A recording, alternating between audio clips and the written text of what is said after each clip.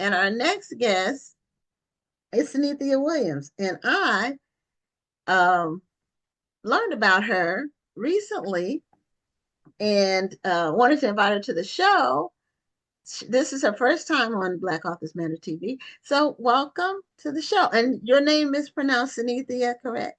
That's correct. Thank you Oh, so much for having me on the show. I'm excited to be here. okay, you're welcome. And you are a romance novelist, and you have a new book, I believe, that came out or is coming out next month. But, Yes, yep. but you have a total of 30 novels altogether. Yeah, altogether, I've written 30 romances and women's fiction, two women's fiction under the name Nita Brooks, but everything else is under my name, Synithia Williams. And my next book, Frenemies with Benefits, is book Okay, you have a three in a copy of it. series. Yeah. Now, is that teen? Is that young adult? No, no. Okay, I do not it write kind of looks young like adult at all. okay, okay. It kind of looks like the young adult fiction covers that are out now. Because she looks Yeah, kind of young no. on there. Yeah, And she is. She's not young. She is a just dumped her horrible husband, and is starting over with her business partner slash frenemy that she's known since high school. So it's definitely not a young adult. Yeah, okay, she's it's like a older woman, late 30s, starting over in life, okay, rediscovering herself after she comes out of that marriage that she dedicated so much of her time to when she was young, trying to be somebody different than what she wanted to be, and now she's rediscovering herself. okay. Now, sometimes braids make people look younger. She has braids on that cover. Braid Yeah. braid styles can make a person look youthful, depending on the style. So that may be why I thought she was young because of the No, braid. I agree. I had a boss tell me that one time. He was like, Synithia, you look really young. I was like, oh, thanks, I guess. It's like, if you don't know what to say, just say your hair looks nice and normal. Yeah. Now you've written 30 books, and that means you've been writing for quite some time, since Mhm. 2012. 2012, was My it? first book was published in 2012. Yes. Yeah. And so what made you launch your writing career? What was that first book that made you say, I'm gonna write this book, and then you kept going? What was the first book about? So my first book was called You Can't Plan Love. It came out in 2012. So it was like 2010 was when I decided I wanted to actually pursue my dream of writing. I've always read and loved romance novels. And I Okay. was always writing stories. I still have the handwritten novels I wrote back in high school, 300 pages handwritten. I still have all that stuff Oh, here in my house, in my office. So I've always wanted to write. But you go to college, you get married, you have kids, and you kind of put your dream, so to speak, on the back burner. And then in 2010, I've told the story before, a coworker decided they were going to go to law school, and that kind of just push something to me like if you can just decide that hey, I want to start over and go to law school, there's no reason why I can't finish a book.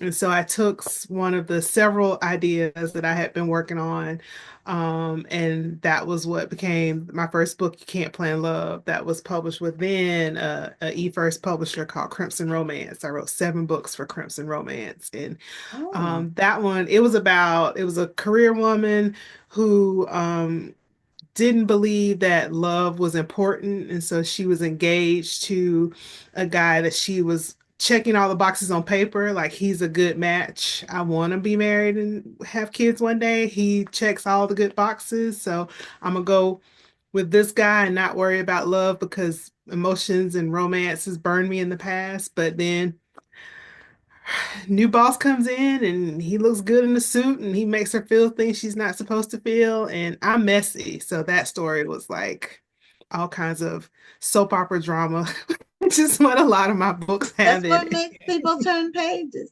Yeah, yeah. I love messy stories because I grew up watching soap operas, and so I like to put twists and turns. And so that was the start. When I in 2010 decided 2012 was published, and I've been rocking and rolling and knocking out stories ever since. Okay, so is there a particular theme or character type that you focus on? Sounds like career women. Sounds like mature women. Yeah, I've That's what it never, kind of sounds like. yeah, I've It's never written young adult, teen, or anything like that. I like series. I like to focus on families.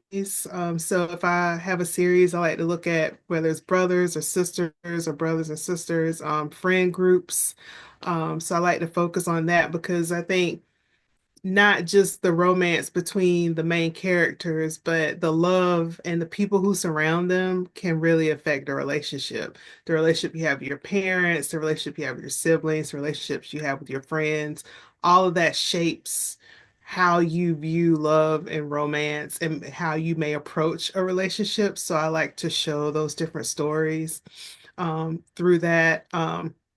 I also like to show women who are maybe not perfect. They might be imperfect in some way, but they still learn to love themselves. They still learn how they can accept love and achieve their dreams and their goals and see that they're worthy of a happily ever after. So I think those are some of the themes that I like to put in there. And then, like I said, when readers are like, where did you come up with that idea? It's like, I was just writing, and then my brain said, let's go left with the story and add something different in it. And I just kind of like to do that just to be entertaining because I just like to be entertained. So I guess that would be kind of like the main themes and characters that I have in the books that I write that I focus on.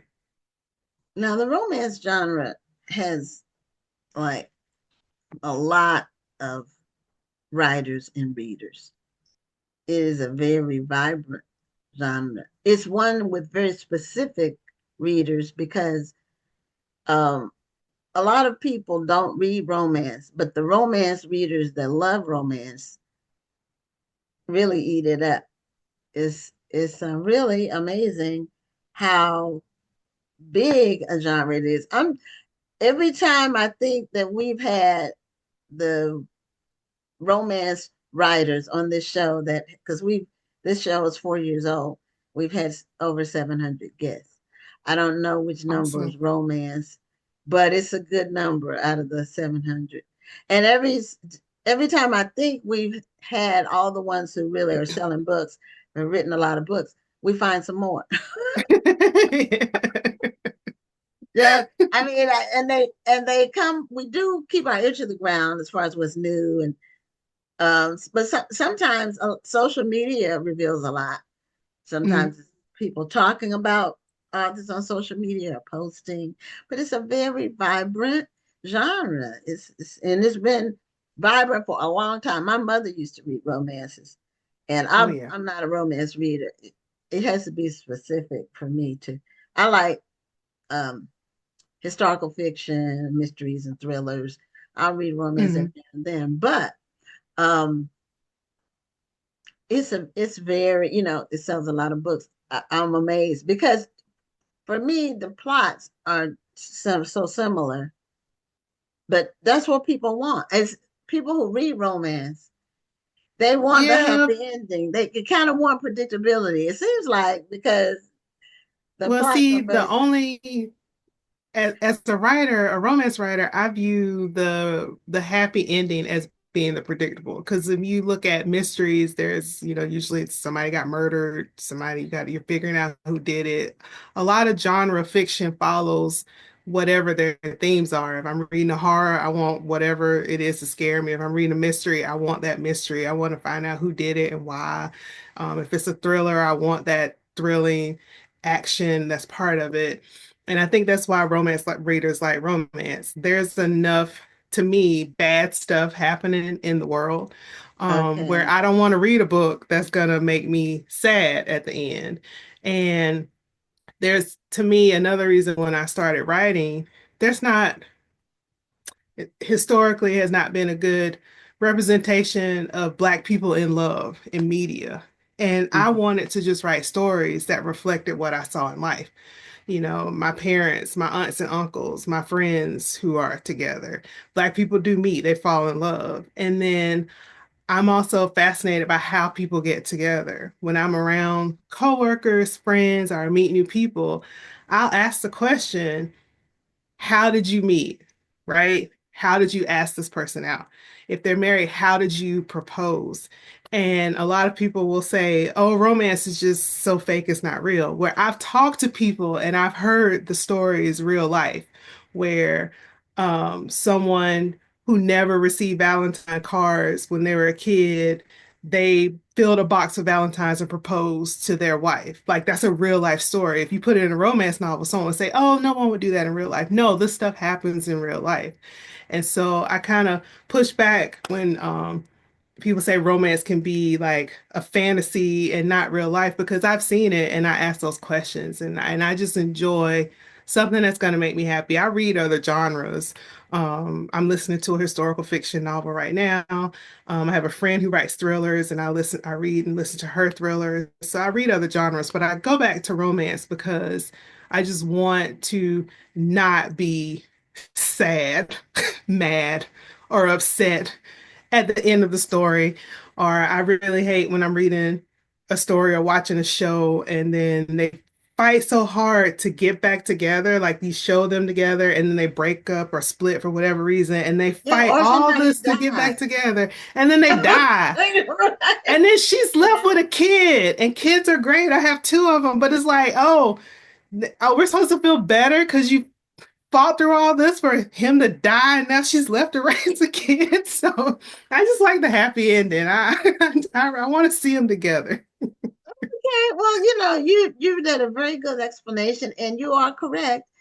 There are some formulaic pieces in the other genres too. So, mystery is like that. But even with mysteries, they have to move. For me, the Mm, mystery, the story has to be interesting. Like it mm. can't just be a lot of descriptions and nothing happens. But I feel that's one reason I don't watch local news. It's all bad. That's all bad. That's why I don't It's watch national. the I love worst local news. in town. All the worst things that happened in town that day. That's what's on the news. Unless you look at the weather and sports. That Right. but so to me, it's like the leading story is always, you know, dead body found today in a dumpster, Mm, details at 10 or whatever. I mean, it's just all bad. But people say, well, you need to know what's going on around you. Well, this is my response to that. The stuff on the news has already happened. So it's not like you're giving me a warning that something could happen. It already happened. So it's over. only if the serial killer's still out there. It's like, I'll look over my shoulder. I'm always careful. That's my word. Be careful all the time. I'm always looking around. I know this is off topic. I do that sometimes, but I was at Walmart recently at the bank, and this man came in, and this was right after the guy shot the man in the back in New York. Mm, It was like the next day. This guy walked in with a backpack. He looked like he was, homeless, and he was looking around like he was looking for something. I kept my eye on him until he got out of my eyesight. And the lady at the bank said, "You see something?" I said, "Yeah, I'm looking. Just I don't want to be caught." People say, "Well, I didn't see it coming." I want to see whatever. no. Keep your head on the swivel. Look left and right and left again. You all right? Romance is it is there is romance that doesn't get the exposure. Black love and black romance, it doesn't get the exposure that it should. So some people can, because of that, they think it's just doesn't really happen, all that, but Yeah. it does. It does. And It I've does. heard people say that, and it's one of the reasons why honestly I just kind of prefer going to events where people are where romance is up front and at the forefront because I've been to other events and people are like, "Oh, I don't read that. That's unrealistic. I don't like that." And then I have to, give the same spiel I just kind of gave before. And then usually, and I've had even coworkers or other people who say, I don't read romance. I don't like that. And I said, well, tell me what kind of TV show you like. And I can find a romance novel that can still fit in that. And then, or I'll recommend one of my books if it fits in that. And I had one coworker, she's like, I don't read romance. I only read horror. I don't like that sappy stuff. And then I gave her, I think I recommended, I think it was either Forbidden Promises, my Jackson Fall series. And then, she's like calling me, Synithia, I'm up at 2 o'clock in the morning reading your story. I didn't think I liked this stuff. And it's like, no two romances are the same, and everybody writes differently. So if you've given romance a try and you didn't like that author, even if it's me, that doesn't, I would say don't write off the whole genre. Try different authors, and there's different types of romance. So I like sci-fi fantasy stuff. So sometimes I'll read romances that have that element, paranormal element.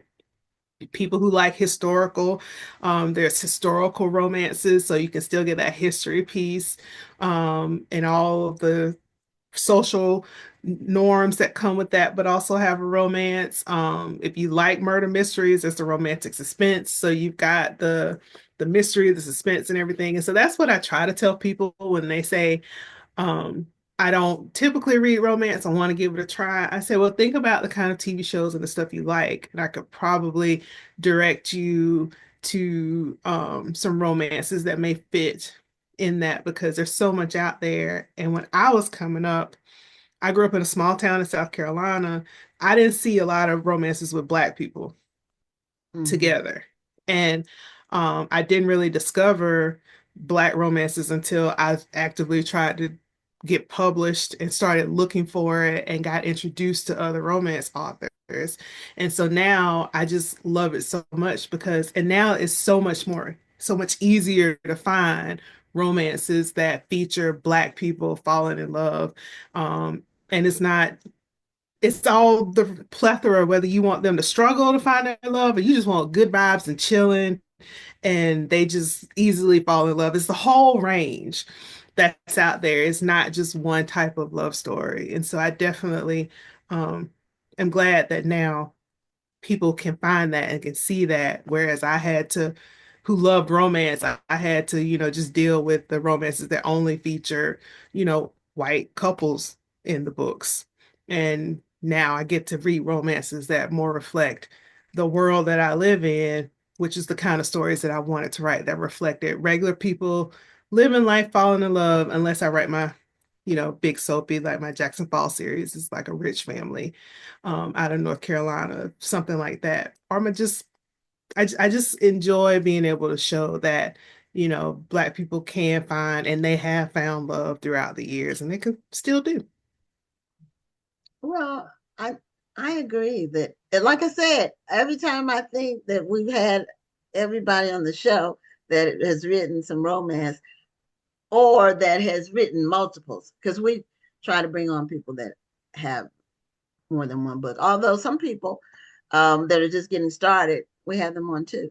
But Mhm. this one, I think we've had them all on. Then I find some more. So There's so many of us out there's here. so many. There's so many people writing. Now I read Beverly Jenkins. She Hmm. does the historical fiction romance, and so Yes. I like the history part, and she weaves them together. And she's probably she's among the oldest in terms of career, longest career Hmm. in that historical romance with African American characters. Although J. California Cooper did some of that too. I Yeah, don't know if you read any of I her work. I haven't read She passed California. away a few years ago. But Okay. her work, her writing is very good. Mm. She was a very good writer. Oh, I One of love Beverly her Jenkins. Yeah. one of her J. California Cooper's books. I can't think of the title right now, but one of her books was one of my favorite books of all time. I mean, Gotcha. it's just amazing. The Wake of the Wind. The Wake of the Of the Wind. wind. If you Okay. get a chance to read that, that I think it's still in print. It should still be in print. But Okay. she was a very good writer. she did a lot of uh, historical, and she did some that were kind of humorous. She Hmm. had some comedic things that she wrote. Her writing was different. I haven't read anybody else that wrote like she did, and so her writing was kind of in its own lane, so to speak. Hmm. Gotcha. So I think we need to see also more Black love on screen in films Hmm. too. Um, and maybe that will come with so many books being written. Maybe that'll translate to I film. wish it would be so great to Because see so usually it's many. fiction. Usually Yeah. this is like this. And that's not romance. This is not Right. romance. But that's what they portray. And I only have two novels. They're not romance, they're mysteries. But I do have a couple in my books that's in both. It's a series, it's two parts. And my position was I will never write a novel with a Black couple that's at like loggerheads. Like Mhm. it's enough of that.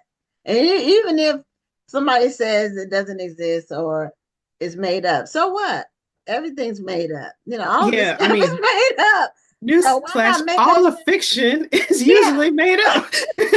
why not make up something happy where people, may give an example, even if you don't know anybody. And my husband and I, we've never been, we've always done everything together. So Mhm. then he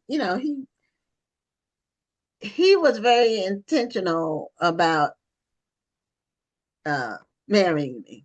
I'll say it Mhm. like that. So See? he was very he knew he wanted it. I didn't, I Yep. thought he was moving too fast, but we've been married 32 years. So that's Right. And see, you can put in a romance where people meet and the guy, and those are some of the stories I really enjoy, like when the guy falls first. For right. always better. It's always Right. better. When That's really the way it's supposed to be. when he falls Right. first and he's like, "Oh, I Because then he know." knows. And so Right. he's gonna work harder. If he's going to pursue. And Right. I just think that's a better position for the woman. I, Yes. I mean, this It's it's the better position for her. if you So know he's invested. And yeah, I and if he not, yeah, recently yes, it was in yes, October. I spoke to so I'm still in South Carolina, I live in Columbia, South Carolina. I spoke to a class, an English class, at University of South Carolina, and they were asking me different questions about writing in my novels. And one of the things I didn't think about till these kids, well, young adults, were asking these questions. Another theme in my story was, to your point of that conflict, is that I want to always show that you feel safe in a romantic or sexual relationship in my romances. And that's not something that a mhm, lot of young people get, and they don't see that, right? A lot of the movies from that I grew up with, 80s and 90s, is like, you know, push you against the wall and that's it, and not really showing safety or making jokes or whatnot, where I want especially young girls, if they're reading my novels, to know that you should always feel safe with whoever your romantic partner is, where you yes, feel comfortable to open up with that person. And I read a lot of romance and I read a lot of love scenes growing up. And so that kind of framed the fact that I wanted to write love scenes where people have overcome that, or where they are realize that even if they don't they change their mind or this isn't safe for them, that there was somebody who they can trust in that situation. And so that's another thing that I want to show, because I do have open door sex scenes in my book, but I want it to be scenes where you can see that it's not dirty, it's not bad, it's not being forced upon the female character. It's something that she feels comfortable with doing and she's safe in that situation as well. Because I think that is a very important part to show in romantic relationships. And so yeah, there's fun parts in the books, but they also reflect, what a healthy relationship should look like. is what I try to show. And I didn't realize I did that until I was talking to that class and they were specifically asking me about consent. They were really smart young adults and asked some really good questions about writing romance. And so yeah, that's another thing. I don't want to show they may have conflict, they may not agree. Um, like in my first book in this series, The Secret to a Southern Wedding, where she is coming home to stop her mom's wedding and he is happy his dad's getting married. And so they're adverse, they're adversaries because she wants to stop the wedding, he wants his dad wedding to happen. So yeah, there's conflict there, but they're not just trying to sabotage or physically or truly hurt one another. And so that's what I like to show, even with my quote unquote enemies to lovers. They're not your enemy because they are like bullying or trying to kill you, Right, right? right, right. You They're know, not being you just physically have, violent or anything. right. You've got natural conflict that they have to overcome. Yeah, I'm reading just some of the comments, and uh, one person said that they had to read Danielle Steele. And I remember reading Danielle Steele, and that's one of the, when you read three of her books, you read them all. So that's why I stopped. And I never read Danielle Steele growing up. And I saw the I books. read her. And then somebody else said that's who she started reading Black romance. Um, oh, Beverly Jenkins. And then Mhm. somebody else, Tony Benita, she watches the show most weeks. She said read Homemade Love by J. California Cooper. I Gotcha. think I read Homemade Love, but the one that hit me the most is The Wake of the Wind.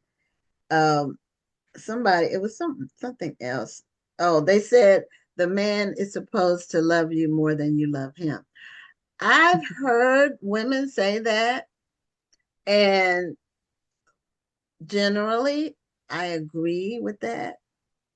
Just, biblically, the man who finds a wife, that means he finds. And this is my wisdom after just seeing things over my life, that if it's his idea, he's going to be more on with it. He's going to be more um, dependable. You know what I mean? He's Mm-hmm. going to be. If you're trying to pull something out of somebody, you can't pull love out of a person. You know No, what I you can't. mean? They Yeah. have to, and it really, if it's his idea, then he feels better about it. Let me put it like that. And the whole thing happens differently, and that's why I have never approached a man. Now I'm old school, but I said the man for me, if he's for me, he's gonna approach me. And if he's waiting on me, it'll never happen. So I wouldn't even know where to start. I just that it was like drilled into us as kids, girls. You don't call boys. You don't call boys. We were drilled into not pursuing. It didn't mean we didn't have little boys we liked and things like that. But it Yeah. was always the onus was always on the boy, or and then the man as I became a grown up. So the times changed over time, and now my daughter, who's now she's just recently engaged. Oh, So congratulations. she met someone that pursued her. That's what I said. The man for you, he will be unambiguous about you being the one for him. That's what I Yeah. told, and that's what I tell women in general. Yeah. And if you feel like you're in an ambiguous situation and you are confused, ask. I That's mean, true. you know what? Yeah, Communication is very important. And a it lot of is. people don't want to ask the hard questions. And if you want something, then speak it up and say it. And if they don't want it, believe them and then Yes, make your decision believe from them. there. Like I said, you can't pull love out of a man. And it doesn't take him 5 years to know if he wants to get married.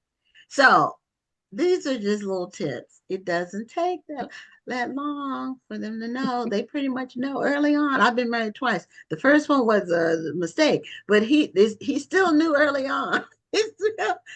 It doesn't take 5 years. That's it. So anyway, Synithia, we've had a very lively conversation just about love and romance in general. And thank you so much for being a guest on the show.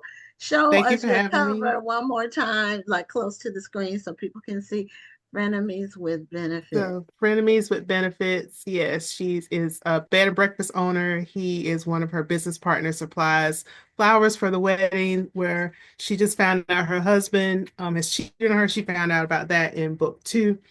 And so now she's divorced, starting over, and why not start a scandal? If her ex-husband started a scandal, so let's start their own scandal in the small town. So Okay, thank you so much for being a guest on the show and continued success in your writing career. thank you. I appreciate that. Okay, good night. All right, good night.